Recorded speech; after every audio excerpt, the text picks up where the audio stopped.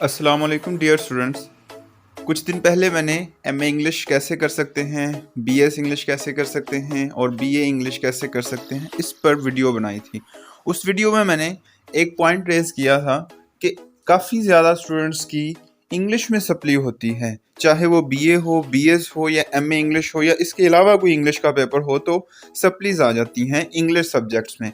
तो इन सप्लीज की वजह क्या होती हैं? तो आज की इस वीडियो में मैं आपके सामने 50 mistakes and reasons for supply in BA, BS, MA English ये आपके सामने रखूँगा कि वो कौन सी 50 ऐसी गलतियां हैं जो तलबा करते हैं और जिनकी वजह से उनकी सप्ली आती हैं। ये मुख्तलिफ़ तरह के पेपर्स देख के और मुख्तलिफ़ तरह के जो एग्ज़ामिनर्स हैं, एग्ज़ाम चेकर हैं, पेपर चेकर हैं, उनके पॉइंट ऑफ व्यूज़ आपके सामने मैं आज की इस वीडियो में रखूँगा।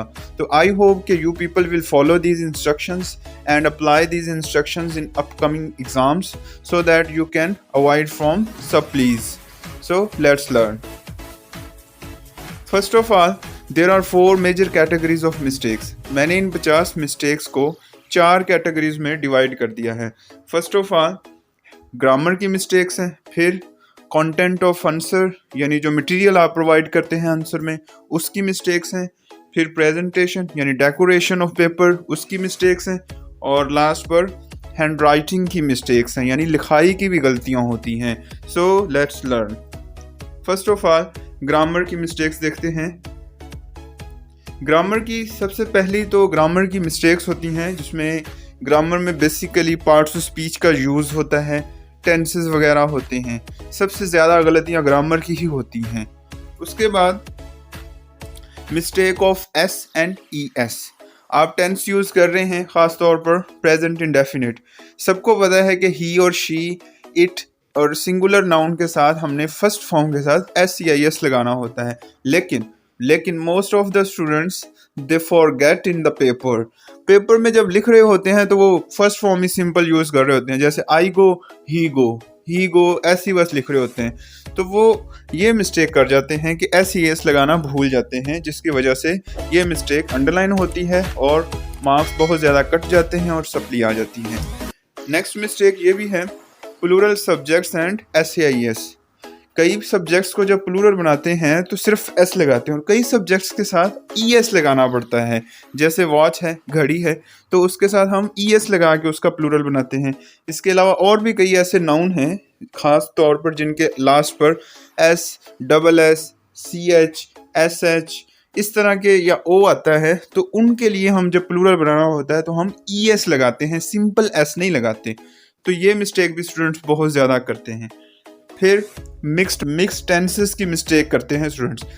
वो कैसे? आप एक पैराग्राफ लिख रहे हैं तो आपने अगर प्रेजेंट में शुरू किया है उस पैराग्राफ को, कोशिश करें कि उसको प्रेजेंट में ही रहने दें। एक पैराग्राफ में एक थॉट एक टेंस में चलाएं। ये नहीं है कि पहली लाइन प्रेजेंट में लिख ली, फिर दूसरी पास्ट में लिख ली, फिर फ्यूचर में चले गए। ऐसे नहीं है। आपकी सोच अलग है और राइटिंग में जब उसको फॉर्मल राइटिंग करनी है तो उसका एक अलग से डेकोरम है, पैटर्न है। उसका तरीकाकार ये है, एक पैराग्राफ कम से कम एक टेंस में रखें, मिक्स ना करें उन सबको। Next mistakes of helping verb. Helping verb की मिस्टेक बहुत ज़्यादा होती है। फॉर एग्जांपल डू, डज इसकी मिस्टेक कर जाते हैं स्टूडेंट्स। इसके अलावा डिड की मिस्टेक कर जाते हैं। जहाँ पर इज एम आर यूज़ करना है वहाँ पर इज एम आर की बजाय डू डज यूज़ कर देते हैं। प्रेजेंट इंडेफिनिट जहाँ डू या डज हेल्पिंग वर्ब है वहाँ पर इज एम आर यूज़ कर जाते हैं, हालांकि इज एम आर तो कंटिन्यूस का है और डू डज जो है वो इंडेफिनिट टेंस का है। तो इंडेफिनिट के जो 2 टेंस हैं, प्रेजेंट या पास्ट, उसमें स्टूडेंट्स बहुत ज़्यादा मिस्टेक करते हैं क्योंकि उनके सिंपल सेंटेंसेस में हेल्पिंग वर्ब यूज़ नहीं होता। तो स्टूडेंट्स क्या गलती करते हैं, वो कंटिन्यूस वाले उठा के इधर लगा देते हैं, तो वो स्टूडेंट सेंटेंस का बेड़ा गर्क कर देते हैं इस तरह से। नेक्स्ट मिस्टेक क्या है? मॉडल वर्ब्स की मिस्टेक करते हैं। Can, could, may, might, would, should ये मॉडल वर्ब्स हैं, तो सबको पता है इनके साथ हम फर्स्ट फॉर्म यूज़ करते हैं। तो कुछ स्टूडेंट्स इस तरह से मिस्टेक करते हैं, इनकी भी फॉर्म्स बना लेते हैं। कैन से जैसे कैंड बना लिया, शेल से शेड बना दिया, इस तरह से करके इनकी भी मिस्टेक कर जाते हैं, इनकी फॉर्म्स बना लेते हैं। एक गलती ये कर जाते हैं। दूसरी गलती ये करते हैं स्टूडेंट्स कि इनके साथ फर्स्ट फॉर्म मोस्टली यूज़ होती है, तो स्टूडेंट्स क्या करते हैं, इनके साथ सेकंड या थर्ड फॉर्म भी यूज़ कर लेते हैं। जब पास्ट बनाना हो तो फॉर एग्जांपल पास्ट में हम कुड यूज़ करके फर्स्ट फॉर्म में यूज़ करेंगे, लेकिन स्टूडेंट समझ रहे होते हैं कि पास्ट में बात करनी है मैंने, तो कुड के साथ मैंने सेकंड फॉर्म लगानी, तो ये भी एक बहुत बड़ी गलती होती है। फिर उसके बाद मिस्टेक्स ऑफ थर्ड फॉर्म भी करते हैं स्टूडेंट्स। वो कैसे कि फर्स्ट फॉर्म के साथ हर दफ़ा ईडी लगा के थर्ड फॉर्म नहीं बनती, कई जो हैं उनकी थर्ड फॉर्म डिफरेंट तरीके से बनती है, जैसे ब्लो ब्ल्यू ब्लॉन है, फ्लाई फ्लू फ्लॉन है।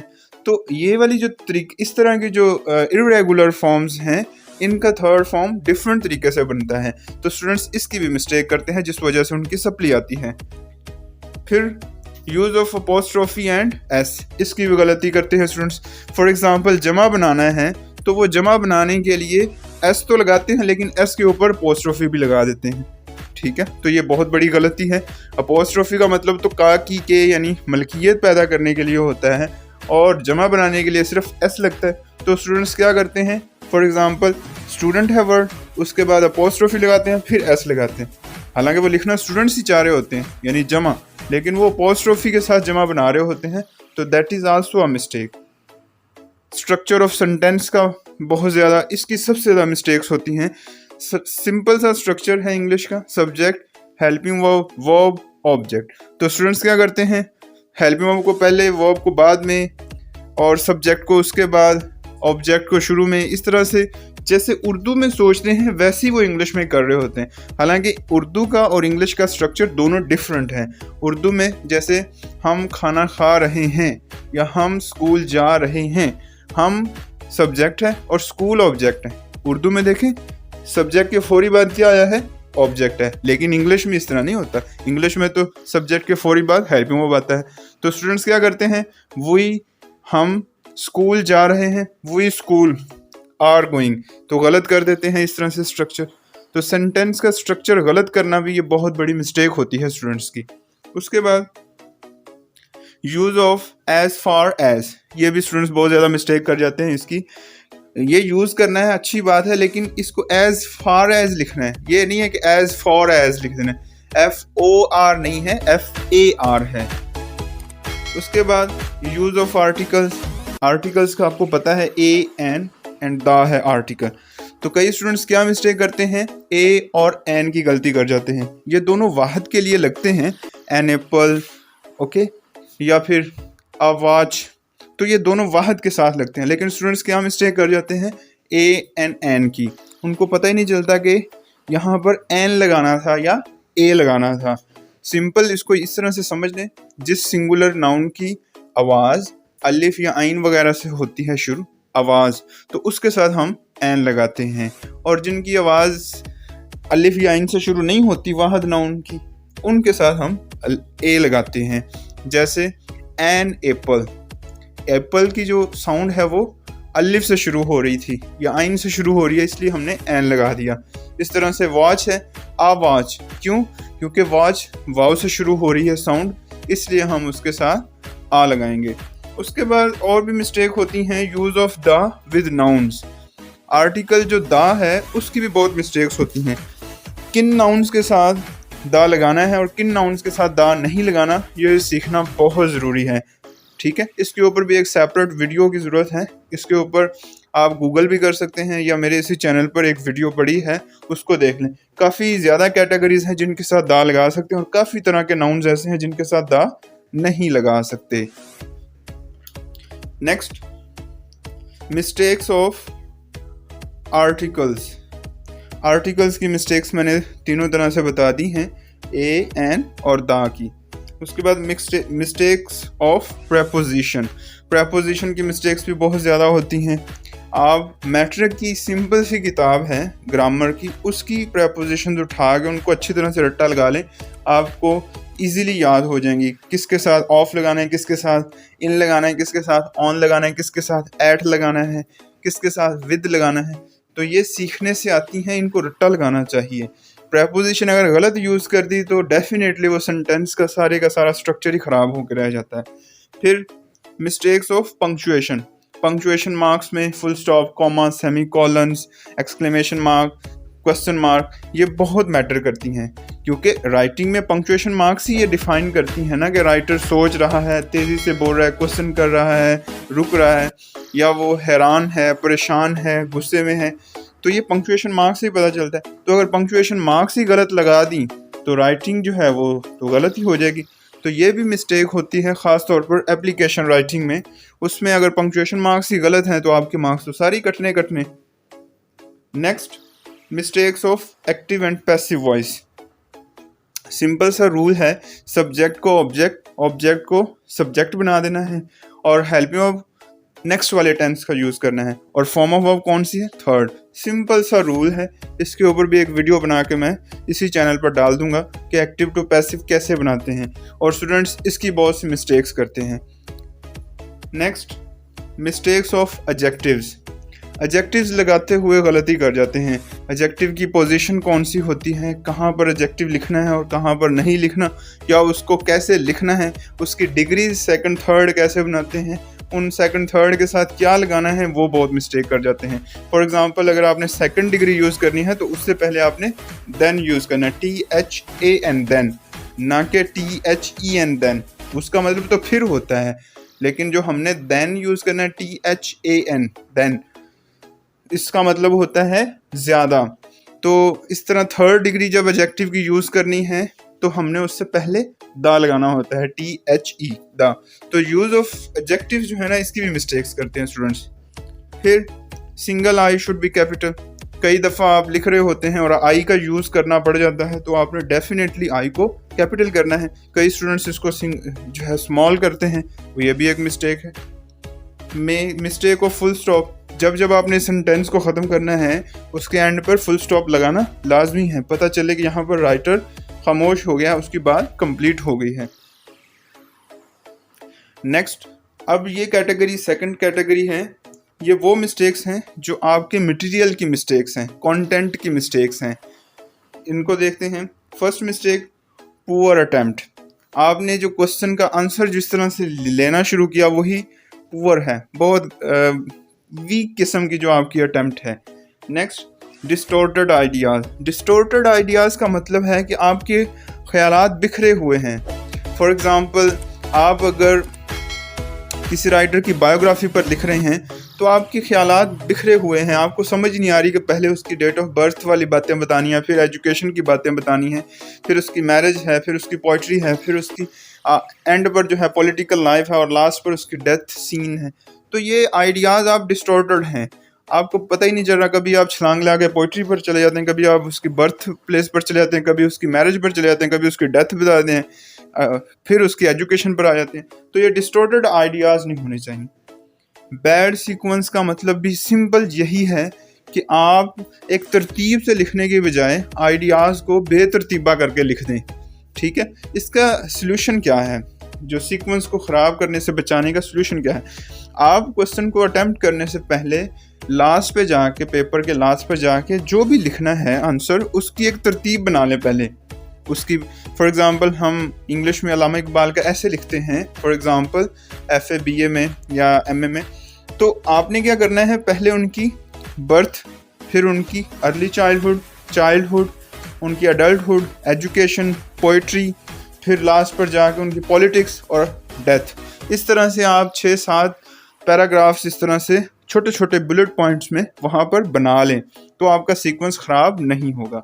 फिर और मिस्टेक क्या होती है, एंडिंग जो है वो प्रॉपर नहीं होती। कई स्टूडेंट्स की उनको समझ नहीं आ रही होती कि एंड कैसे करना है, कंक्लूजन कैसे करना है, वो क्वेश्चन को ओपन ही छोड़ देते हैं, तो पता ही नहीं चल रहा होता कि यहाँ पर बात मुकम्मल हुई है कि नहीं हुई, या अभी इसने कुछ और लिखना था, इससे पेपर छीन लिया है एग्जामिनर ने। तो आपने क्या करना है, एंड पर जाके पूरे क्वेश्चन का जो आंसर आपने लिखा है, एंड पर जाके उसको कंक्लूड कर देना है 1 या 2 लाइनों में। फिर message of poem and drama. जो राइटिंग है, पीस ऑफ राइटिंग है जिसके बारे में आपसे क्वेश्चन किया गया है, आपको उसका पता नहीं है। ठीक है, ये भी बहुत बड़ी मिस्टेक होती है। वो पॉलिटिक्स के बारे में बात हो रही है और आप उसको रोमांटिक वे में लेके उसका आंसर कर रहे हैं, तो डेफिनेटली आपका क्वेश्चन गलत कंसीडर किया जाएगा। वो इश्क़ मजाजी के बारे में बात हो रही है और आप उसको इश्क़ हकीकी के बारे में लेके जा रहे हैं, तो डेफिनेटली आपका क्वेश्चन गलत होगा। तो आप अपनी जो मैसेज है उसका या उसकी टाइप है वर्क की, उसका आपको बखूबी पता होना चाहिए। ये स्टूडेंट्स जिनको इसका ही नहीं पता होता कि ये पोइम या ड्रामा या नावल या ऐसे है किस चीज़ के बारे में, इसका मैसेज क्या था, इसका थीम क्या था, जिनको यही नहीं पता होता, डेफिनेटली उन बेचारों की क्वेश्चन गलत होते हैं और उनकी सप्लीज आती हैं।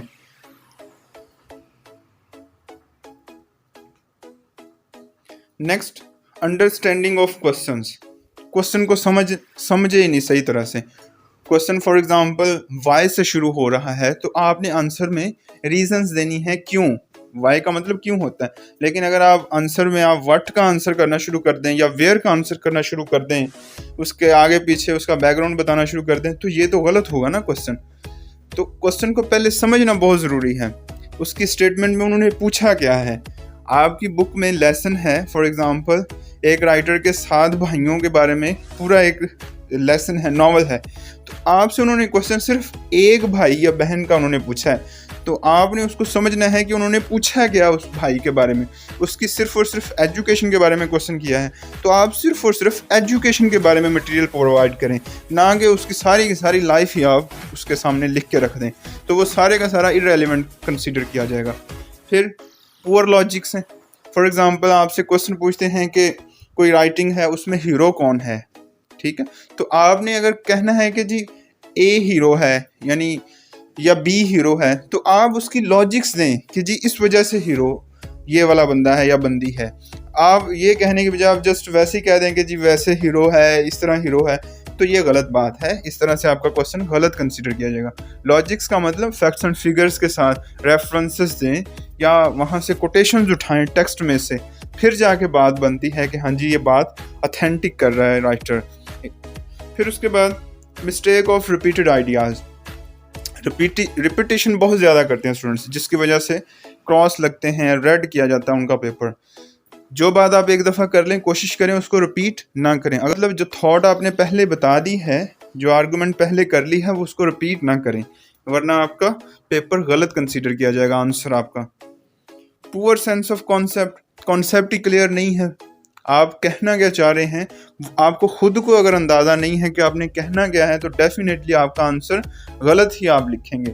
तो इसके लिए पहले उर्दू में समरीज वगैरह रीड किया करें, उर्दू में या किसी से सुन लिया करें, कंसल्ट कर लिया करें कि इसका कॉन्सेप्ट क्या है बेसिकली उस पीस ऑफ राइटिंग का। फिर पेपर में अगर उससे रिलेटेड कोई क्वेश्चन आता है, तो आपके कॉन्सेप्ट तो क्लियर होंगे, फिर आप उसमें अच्छा परफॉर्म कर लेंगे। Next, less information. आपने सब कुछ अच्छा किया है, लेकिन पेपर में उन्होंने 300 वर्ड्स का आंसर मांगा है, तो आपके पास सिर्फ और सिर्फ 200 वर्ड्स हैं, आपके पास और इन्फॉर्मेशन ही नहीं है। क्यों? क्योंकि आपने जहाँ से पढ़ा था वहाँ पर शॉर्ट करके लिखा हुआ था। तो ये भी एक बहुत बड़ी मिस्टेक होती है। एटलीस्ट जितनी उन्होंने रिक्वायर किया है उतना तो कम से कम लिखें। आमतौर पर जो पेपर का पेज है, उस पर एक पेज पर 100 या 110 वर्ड्स लिखे जाते हैं, 110 तक अल्फाज लिखे जाते हैं। तो 300 वर्ड्स का मतलब है एटलीस्ट आप 4 साइड्स जो हैं पेपर की, वो सॉल्व कर दें, उनके ऊपर 4 साइड्स पर लिख दें। उससे ज़्यादा लिखने या उससे कम लिखेंगे तो आपकी प्रॉब्लम है। ज़्यादा लिखेंगे तो वो इररेलेवेंट ही होगा, मिस्टेक्स ज़्यादा करेंगे, और अगर कम लिखेंगे तो डेफिनेटली उसके मार्क्स आपके कट कर देंगे। नेक्स्ट, ये बहुत इंपॉर्टेंट बात है। आपसे उन्होंने क्वेश्चन पूछा है, तो या तो आप शुरू में उसी क्वेश्चन को साबित कर दें और फिर उसकी आर्गूमेंट्स दें, या फिर पहले आर्गूमेंट्स दे दें और कंक्लूजन पे जाके अपनी बात को लास्ट पर साबित कर दें कि हाँ जी इन आर्गूमेंट्स के बाद ये बात साबित होगी। तो ये दोनों तरीके ठीक हैं, लेकिन ये नहीं होना चाहिए कि आप शुरू से शुरू किया है कि आर्गूमेंट्स दे रहे हैं और एंड पे जाके आपने साबित ही नहीं किया उसको, अपनी बात को या क्वेश्चन को रिपीट ही नहीं किया कि क्वेश्चन में ये पूछा गया है तो लिहाजा ये बात साबित होती है। कहीं भी जाके आपने साबित ही नहीं किया, तो ये मिस्टेक भी बहुत बड़ी होती है, ब्लंडर होती है। यानी उसका सर मुँह ही नहीं है कि आपने क्या लिखा है, क्यों लिखा है। तो आपने क्वेश्चन को साबित करना है आंसर में कि हाँ ये आर्गूमेंट्स लॉजिक्स दे के मैंने ये साबित कर दिया है। फिर एक्सेसिव अंडरलाइनिंग। इसका मतलब क्या है कि आप बहुत ज़्यादा अंडरलाइन कर रहे हैं, ये भी एक मिस्टेक कंसिडर की जाती है। अच्छी बात है कि जहाँ पर आपने कोई बात साबित की है या कोई कोटेशन दी है तो आप उसको अंडरलाइन कर लें, ठीक है, कोई मसला नहीं। किसी एक पैराग्राफ में एक लाइन आपने 1.5 लाइन 2 लाइनें आपने अंडरलाइन कर ली, लेकिन ऐसे तो नहीं होना चाहिए कि पूरा पूरा पेज ही आप जो है वो अंडरलाइन कर रहे हैं, पूरा पूरा पैराग्राफ ही अंडरलाइन कर रहे हैं। तो ये बहुत बुरी बात है और इसका इंप्रेशन बहुत नेगेटिव जाता है। इसका ये इम्प्रेशन समझा जाता है कि शायद ये जो एग्ज़ामिनर को हिंट देने की कोशिश कर रहा है कि मैं आपका जानने वाला हूँ या आपकी जानने वाली हूँ। तो ये अनफेयर मीन्स में कंसीडर किया जा सकता है। तो इतना ज़्यादा अंडरलाइन नहीं करना होता, इससे भी मार्क्स कटते हैं और कंपार्टमेंट या सप्लीज आने का डर होता है। उसके बाद थर्ड टाइप जो है वो प्रेजेंटेशन की मिस्टेक्स है। प्रेजेंटेशन की मिस्टेक्स का मतलब है कि जो आपका पेपर है उसकी एक डेकोरेशन भी तो होनी चाहिए, उसकी खूबसूरती बहुत मैटर करती है, उसकी सेटिंग बहुत मैटर करती है। तो उनकी मिस्टेक्स भी स्टूडेंट्स करते हैं जिसकी वजह से उनकी सप्ली आती है या उनके मार्क्स कटते हैं या थोड़े आते हैं नंबर इंग्लिश पेपर्स में। तो इसमें first of all date of birth and name of writer, इसकी मिस्टेक्स बहुत ज़्यादा स्टूडेंट्स करते हैं। अगर आपने राइटर का नेम लिखना है अच्छी बात है, और उसकी डेट ऑफ बर्थ भी लिखनी है या डेथ भी लिखनी है तो पहले डेट ऑफ बर्थ होगी फिर डेट ऑफ डेथ होती है। तो इस तरह नहीं करना कि आपने पहले डेट ऑफ डेथ लिख दी और डैश डाल के आपने फिर डेट ऑफ बर्थ लिख दी। डेफिनेटली वो 1947 में पैदा होगा फिर ही 2015 में फौत होगा ना, तो पहले 1947 आएगा फिर 2015 आएगा। तो ये मिस्टेक भी आप जो स्टूडेंट्स हैं वो कर जाते हैं, ख़ास तौर पर लिटरेचर के इंग्लिश के पेपर्स में। फिर space before every paragraph, students इसका बिल्कुल ध्यान नहीं करते, पता ही नहीं चलता कि कहाँ पर पैराग्राफ शुरू हो रहा है कहाँ पर ख़त्म हो रहा है। वो एक बल की सूरत में एक ही पैराग्राफ चलता जा रहा है।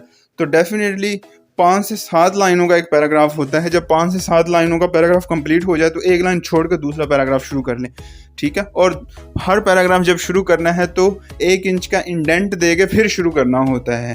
पहली जो लाइन होती है पैराग्राफ की वो मेन जो मार्जिन लाइन है उससे 1 इंच छोड़ के लिखनी होती है। बाकी लाइनें तो मार्जिन के साथ से ही शुरू करनी है, लेकिन पहली लाइन 1 इंच इंडेंट दे के लिखनी होती है। इसके ऊपर मैंने एक वीडियो बना के डाली हुई है, आप उसको देख लीजिएगा कि पेपर की प्रेजेंटेशन स्किल्स क्या होते हैं। फिर space between word to words, जब एक लफ्ज़ लिखना है तो दूसरा लफ्ज़ लिखने के लिए थोड़ी सी दरम्यान में स्पेस देना भी ज़रूरी है। स्टूडेंट्स इसकी मिस्टेक क्या करते हैं कि लफ्ज़ के साथ ही लफ्ज़ लिखा होता है, पता ही नहीं चल रहा होता ये लफ्ज़ 1 है 2 है 4 हैं, वो 4 लफ्ज़ों को एक लफ्ज़ बना के लिख देते हैं जैसे कोई मेडिकल की टर्म हो। तो ये इंतहाई गलत किस्म की प्रेजेंटेशन है, इससे खूबसूरती का बेड़ा गर्क हो जाता है, मार्क्स कम आते हैं या सप्ली आ जाती है। फिर अनक्लियर पेपर, जब लिख रहे होते हैं पेपर तो सबसे बड़ी गलती ये करते हैं, पसीने वाले हाथ ऊपर लगाए होते हैं, उसका जब मार्जिन लगा रहे होते हैं तो उसको हाथ से मरोड़ रहे होते हैं, जब पेपर फोल्ड कर रहे होते हैं तो बुरी तरीके से उसको फोल्ड कर रहे होते हैं, जब पेपर एक्स्ट्रा शीट ले रहे होते हैं तो एक्स्ट्रा शीट्स को जो है वो टांगों के दरमियान दबा के रखा होता है, फिर वैसे ही पकड़ते हैं स्टेपल करके तो दे देते हैं, या फिर वो गलत मलत जैसे भी हाथ में आया उसको स्टेपल किया भागते भूगते और सबमिट करवा दिया पेपर। तो अनक्लियर पेपर की वजह से भी सप्ली आती है। फिर रॉन्ग कैपिटलाइजेशन, इसकी भी मिस्टेक्स होती हैं, कहाँ पर कैपिटल करना है किसी लेटर को, कहाँ पर नहीं करना, ये मैटर करता है। ऐसे नहीं जैसे मोबाइल में आप लिख रहे हैं तो मोबाइल में कोई लफ्ज़ कैपिटल कर दिया स्मॉल कर दिया, मोबाइल वाली लैंग्वेज यूज़ नहीं करनी। ऐसे नहीं होना चाहिए जैसे मोबाइल में होता है कि मोबाइल में जैसे कोई लेटर कैपिटल कर दिया कोई स्मॉल कर दिया, लेटर कैपिटल स्मॉल, इस तरह से गलत होता है। फिर पंक्चुएशन मार्क्स मिस्टेक्स नहीं करनी, ये भी मैं पहले बता चुका हूँ, ये प्रेजेंटेशन की मिस्टेक्स कंसिडर होती हैं। स्पेलिंग मिस्टेक्स ये भी प्रेजेंटेशन में आती हैं, इंतहाई ख़राब और सबसे ज़्यादा मार्क्स स्पेलिंग से कटते हैं। स्पेलिंग कैसे करेक्ट करते हैं इसके लिए मैं आपको एक आइडिया दे चुका हूँ कि आप जब भी रीडिंग करें अपने पास एक रजिस्टर रखा करें, जो लफ्ज़ आपको मुश्किल लगे नया लगे उसको स्पीड से ज़ुबानी लिख के देखें।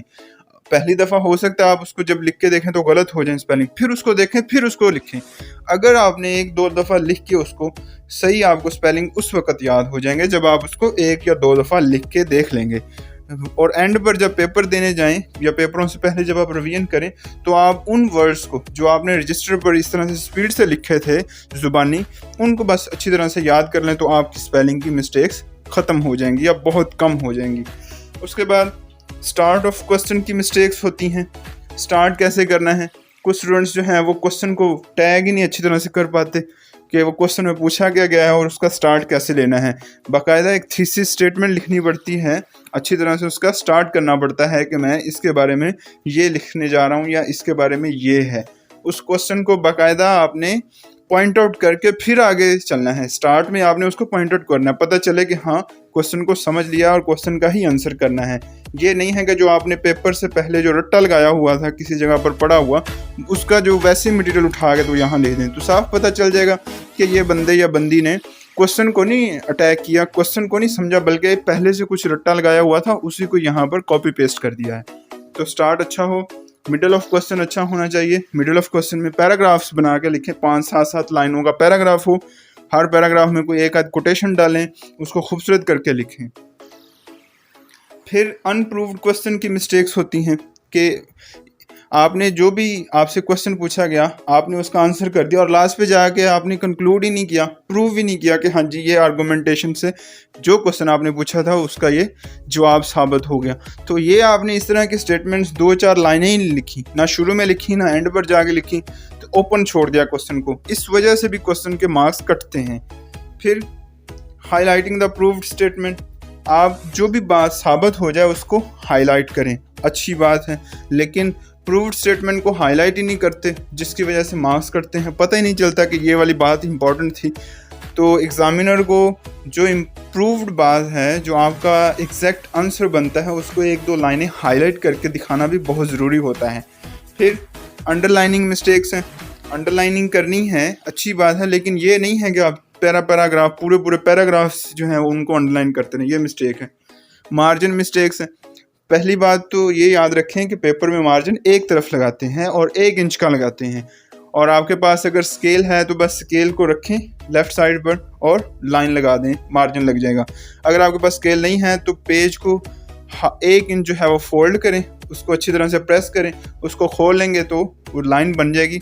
आप वैसे बस उसके ऊपर लाइनें लगा के लिखना शुरू करते हैं। तो मार्जिन दूसरी तरफ नहीं लगाना होता और एंड तक जो है वो उसको लेके चलना होता है राइटिंग को। अगर एंड पर जाके पेज के एक लफ्ज़ बहुत बड़ा है तो आप हाफ लफ्ज़ उधर लिख लें, हाफ लफ्ज़ नेक्स्ट लाइन पर लिख लें और ऊपर वाली लाइन पर डैश लगा लें कि इसका बाकी का हाफ लफ्ज़ नीचे है।